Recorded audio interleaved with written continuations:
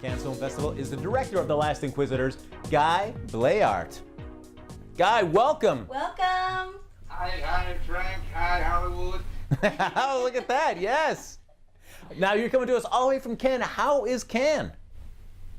Cannes is wonderful, actually. As I told you, Frank, as I'm telling you, it's wonderful over the daytime.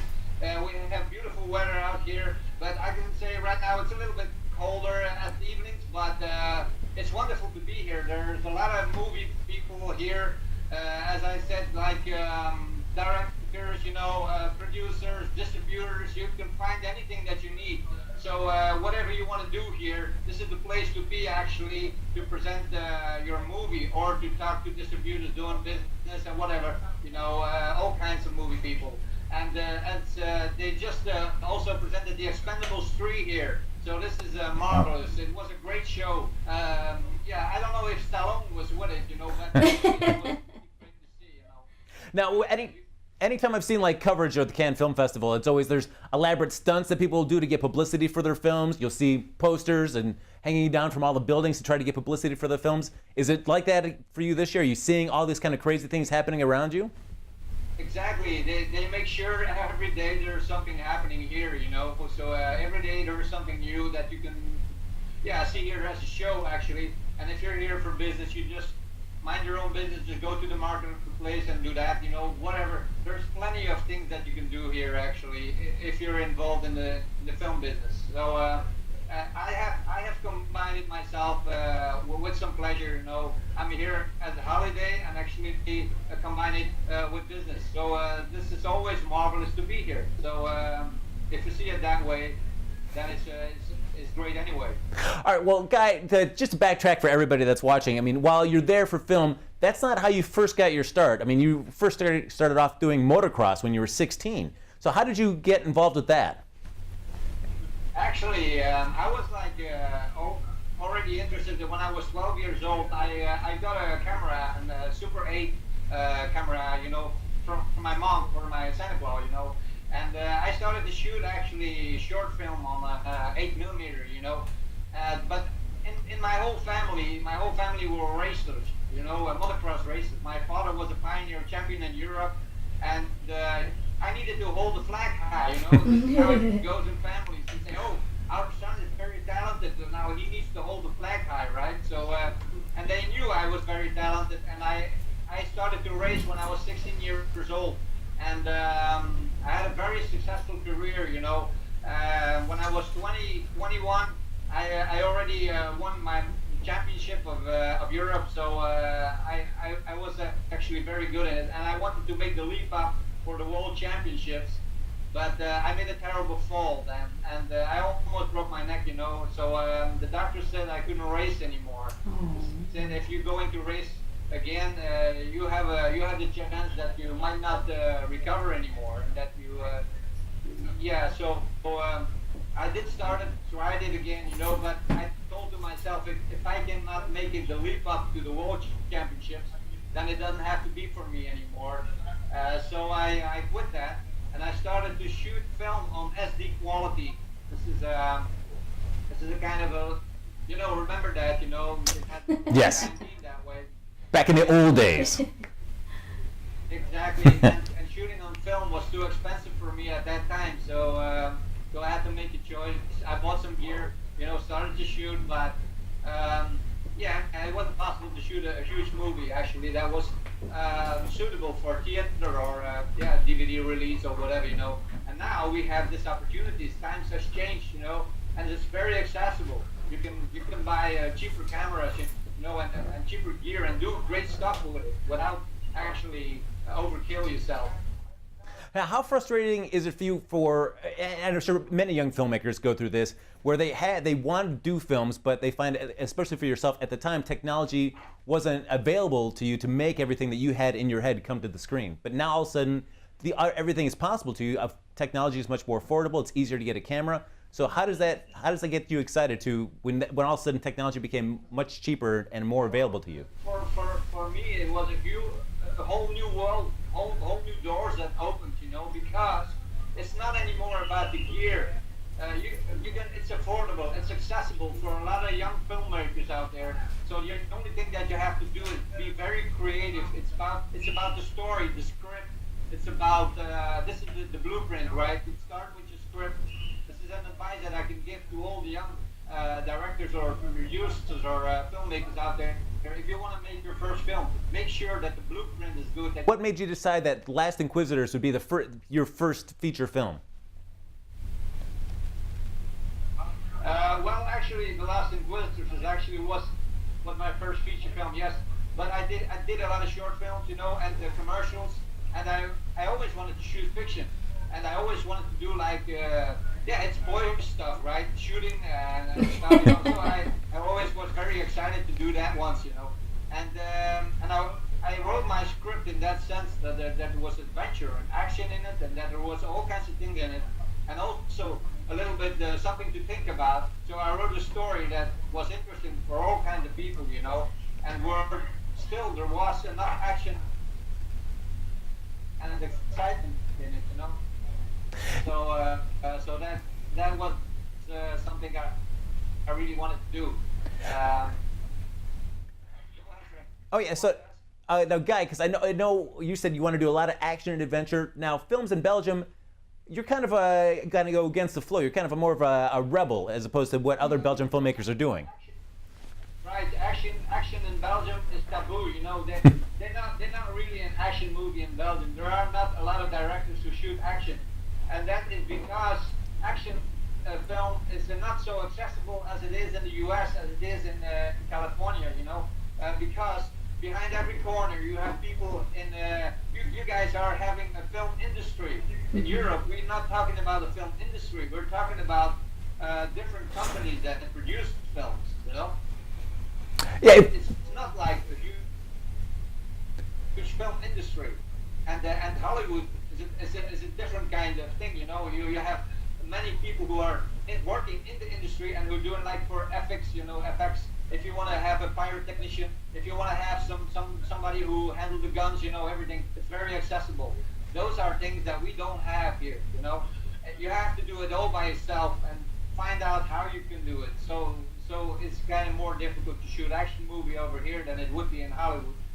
On the other hand, I'm close to the UK, and I'm working right now. I'm working on a new film, actually on 2 new films, 2017, and I got some really great martial arts actors involved in it. For example, Zara Python, she's a UK actress. She's very gorgeous and beautiful, and she's a kick-ass fighter. Actually, she's wonderful. So yeah, she's great. She could be like the second Kate Beckinsale. So I need to shoot with her now because in a few years I possibly can afford her in. Now, what is the Belgian film situation like? Is it subsidized by grants where you get money from the government? Well, actually, in Belgium, yes, it is the way. If you really want to shoot theater film, actually a quality film, then how you don't have a lot of production companies that really put all their own money into it. You know, it's not like in Hollywood, there are the big guys who are putting the money in it. But it's like a part of the foundation, a part of some guys who invest some private fund in it, you know, and it's kind of a mix, you know. So trying to get money from everywhere, but first of all from the film fund, and for some guys it works better than for other guys, but in the film fund they're really still scared about action film. Because they know that we can compete with the big Hollywood movies, and it is kind of true that action is tricky if you want to shoot it. You know, you need to shoot it in the right way. You need to use the right techniques to shoot it, and Belgium actually, and a lot of European countries are very good in shooting culture film. You know, but culture film, this is not my kind of thing. I really don't. I'm not going to say that I don't like it, but it's not really like something that is in my interest. It's also not really commercial. Let's face it, you know, culture film is good for film festivals, but commercially, it's not really a big hype, you know. Yeah. So I like more over shooting action film. So so guys, I mean, since action is not a huge part of the Belgian filmmaking process, for you, when you decide to do action films, where do you get inspiration or influences from? Since you're not really able to just work on other action films, are you just watching lots of action movies? Who are some directors that sort of inspired you when you come together with an action film? Well, actually, Tarantino, for example, but you have a lot of Hollywood directors who inspire me. There are more directors that inspire me, but I'm not really looking at the directors. I'm trying to figure I'm trying to get my own course, you know, and find my own artist. And you know what the best way that you can do is try all kinds of things, all kinds of techniques that you see in other movies. Try them out, you know, and see what works for you. Because you might not suit for certain kind of techniques, but the more you shoot and try it, the more you learn which kind of thing that you like and which kind of style you get on, you know. And it won't be you, it won't be yourself who's gonna say, okay, this is a good style or whatever, you know, or the people won't say this is your style eventually after a while. You can't say it in the beginning. You have to get deeper in it. It's not after your first movie that they're gonna recognize you as a certain style, you know. It sounds like you want to be an inspiration to younger filmmakers. You want to pioneer this situation right now. Is that what's going on? Well, actually, I don't know. Young directors shouldn't learn from me. They shouldn't watch they should watch. If I watch movies, I watch the big guys. Why would you look to a lower director? I mean, there's nothing wrong with that, but you have everything in front of you. Watching the big Hollywood movies, you see how it's done, you know, you see the techniques they use, the camera shots they use. If I watch a movie and I put the knob off and I look which kind of shots they use, you know, to the technique, then I learn a very lot, you know, because, they're probably going to use the Steadicam, they're probably going to use the dolly, they're probably going to use the crane, you know. You get inspired by that, you know. You don't watch the story at that time anymore because my wife is always complaining. She look at anymore like a decent person. I said, yeah, but I'm looking at the technique because I'm always babbling. I said, oh, they probably use the crane. Oh, that's a bad shot. They shouldn't have done that, you know. She said, okay, shut up now. Okay, I want to see the movie. So, Guy, what are some things that you've learned during the course of making the film that have made it easier for you, like in terms of, I mean, you've got a lot of action scenes, explosions. What have you done to help make it a little bit more cost effective for you working on a smaller scale film? Well, we have today we have a lot of, as I told you, the world the movie world is changing. I'm not saying it's going to be in a better way because you also have like a lot of people now who want to make movies, you know, and there is a lot of crap in it too, you know, because everybody takes a camera and starts shooting. This is not the way it works, you know. Still, quality movie is still going to be, you still need a team. You need good actors, you need a good script, you need good lighting, you need, you know, all kinds of things that you work on that and raise the bar every time you try to when you're going to shoot another movie. I'm trying to raise the bar, you know, and in the Last Inquisitors, I have tested also a lot of scenes, you know, so it was like a fire test for me, you know, like, okay, a huge test for myself. What kind of scenes are interesting to do? How do I pull it off? Does it work? Doesn't it work, you know? And the first feature film that I did was actually a huge test to myself. In the meantime, why not shooting a feature film, right? But like the second one will be a leap up higher, you know. We're gonna shoot on raw 4K, you know. This is, for example, already one point that is top quality, you know. And second, I'm gonna work with a full UK cast, all people that were already deeper, who are just like making the leap up as an actress or actor, you know. And now those are more accessible for me too, because these actors really want to work with me because they saw in my other movie what I did, right? Now, Oh, sure. What is it like for you when you're just working there in Belgium and all of a sudden you start getting all this attention from the UK? Did it totally take you by surprise? This is really crazy. This is the way it works. Obviously, I don't know, but this is something really Belgium. You know, when you are like, I'm like a more alien in Belgium than I'm in the outside countries. You know, I have a lot more attention in the UK and in the US than I got from my own country. But it's not a problem for me. I'm gonna work the way outside. You know, the way reverse outside. You know. The most they start shooting here culture film, then they go to the Cannes Film Festival trying to get some attention, you know, or in the competition, get into competition, and then they do all kinds of film festivals. And you know, these film festivals, they are like a horde of sheep, you know, they all follow each other. When one movie is selected somewhere, the next one is looking at the other film festival. They do not select anymore this one, you know. Now, you also figured out a couple ways to get kind of stretch your dollar, so to speak, in the film. You used reenactors as well as using computer-generated imagery for all your explosions. So what made you decide to go that route? Well, the explosions, for example, this is a great example that it can be done in Belgium. It would have been a really bite in the budget too, you know. I couldn't afford that, you know. This is a great example that you have in Hollywood. A decent explosion, you can arrange that actually for a very accessible price. If you want to do that in Belgium, first of all, you won't find anyone who can do that. Or maybe you will find one, but it's not an average day job here in Belgium. You know, I'm here in France, this is different. But in Belgium, where I shoot the movie, it's not an average day job, you know. So you have to take some risks.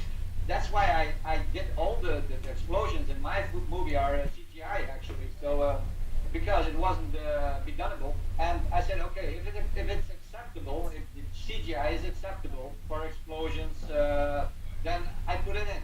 And so I tried it out, and it worked. Of course, you will always find people who are maybe some really like you know, very focused on small details, but the perfect movie doesn't exist. You know, even a huge Hollywood movie sometimes for some people is perfect, right? It just does not existing. So if you got like 70% or 50% that likes your movie and say, hey, it was a good movie, then I think your goal is reached. Well, absolutely, Guy, because I mean, you may not be able to compete with them on scale of budget and effects and things like that, but you can easily compete with them with story. Yes. Absolutely. Oh, Absolutely. Guy, thank you so much for coming on with us here, and good luck and have a great time in Cannes. Absolutely, guys.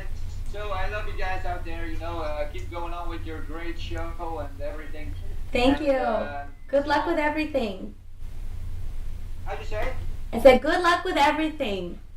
Yeah, thank you so much. And enjoy your day, because here it's evening. It's 10 o'clock almost, I guess. So, but we're still gonna enjoy and doing some Paris here. Yeah.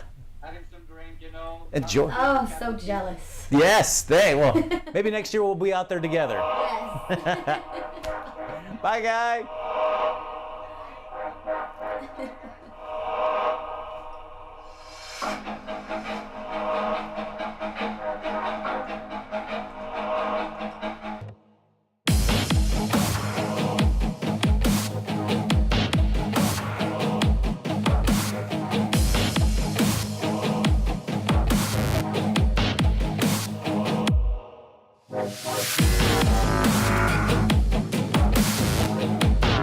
In the name of God.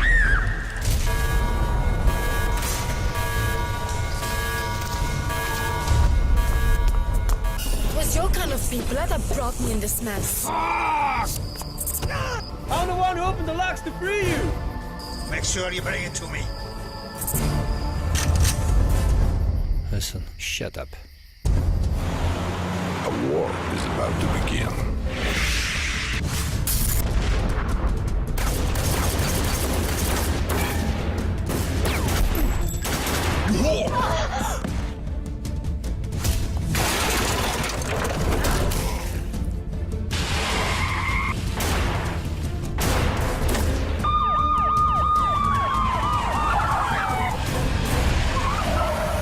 Your priest's been shot in the yard, and there's a shootout going on inside his room.